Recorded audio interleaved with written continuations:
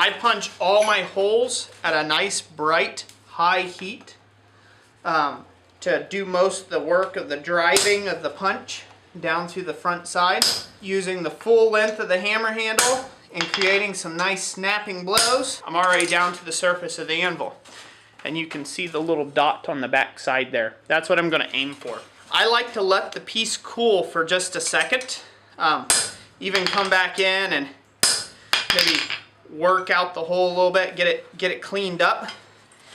Then flip it over when it's at this pale, or what I call a cold heat, and then give it a pop. But once the material gets cold, the material rips or tears away, and that's that shearing motion.